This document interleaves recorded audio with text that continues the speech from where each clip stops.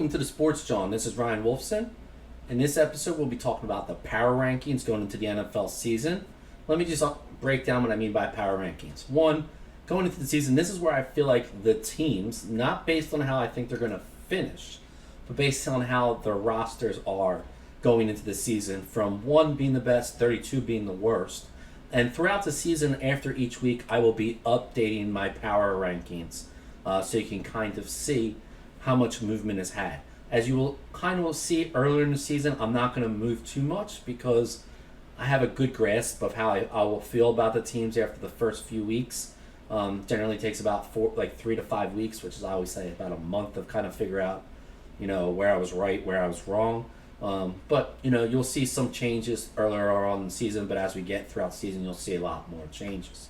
I will be having my list of my power rankings, but let me just go right into the power rankings.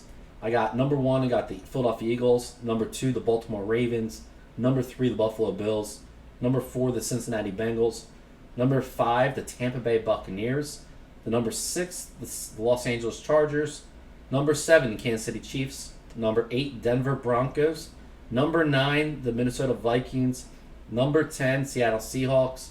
Number 11, the Las Vegas Raiders. Number 12, the Washington Commanders.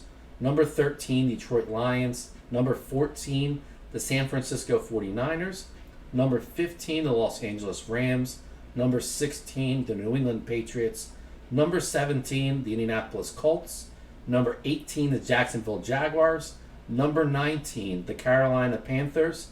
Number 20, the Chicago Bears. Number 21, the Pittsburgh Steelers. Number 22, the Arizona Cardinals. Number 23, the Houston Texans. Number 24, the New York Giants. Number 25, the Green Bay Packers. Number 26, the Cleveland Browns. Number 27, the New York Jets. Number 28, Tennessee Titans. Number 29, the Atlanta Falcons. Number 30, the Miami Dolphins. Number 31, the Dallas Cowboys. And number 32, the New Orleans Saints. Now, some might ask why I have some of the teams. I don't think the Falcons are as good as everyone says. I don't think Green Bay is as good as everyone says. I don't like either of their quarterbacks. I think they're bottom-tier quarterbacks in the NFL. I have watched Jordan Love way too many times make way too many bad decisions. They don't have elite playmakers, and there's an old adage in the NFL, if you stay the same, you get worse. And they've kind of stayed the same the last couple of years. I believe the reason why they've even been competitive is because their head coach. I think they will be. But I don't think they're going to actually win a lot of games. I think the Giants are going to be competitive, but I don't think they're going to win a lot of games. Houston Texans, similar. Don't love that they don't have an offensive line, they don't have a running game, and a quarterback that's not super mobile. That's just disaster waiting to happen. Very simple. And I just think there's way too much risk there. And I do believe that the division this year is better than it's been ever since C.J. Stroud has been there. So I don't think it's going to be a cakewalk like it's been the last couple of years.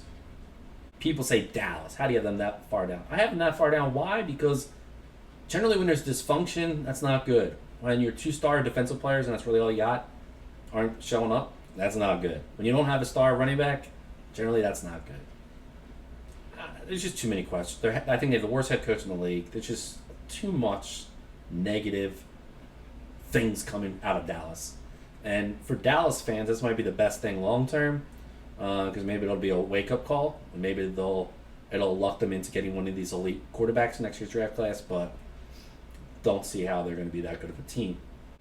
A couple teams I know people are like, why do you have them this high? Carolina Panthers. I just think offensively they're going to be top 15 offense, and I don't think people are grasping that. They're like, Carolina, yeah, I think they are going to be that good offensively, and therefore they're going to be able to compete and win a lot of football games this year. Las Vegas Raiders. I just think they're in the toughest division in football. I really do.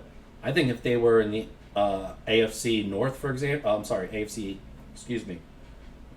South, for example, they'd win that division. Easy. But they might finish 4th in their division because their division is stacked. Honestly, that division might be the best division I've ever seen coming into a season in my lifetime. That's how good that division is. But I just really love the Raiders. If you told me the Raiders finished first or finished last, I wouldn't be shocked at all. Same with every other team in that division. Another team people are like, why do you have the Lions so low? It's more of that they lose the coordinators, and Jared Goff's older and not mobile. If he gets hurt, they're in trouble.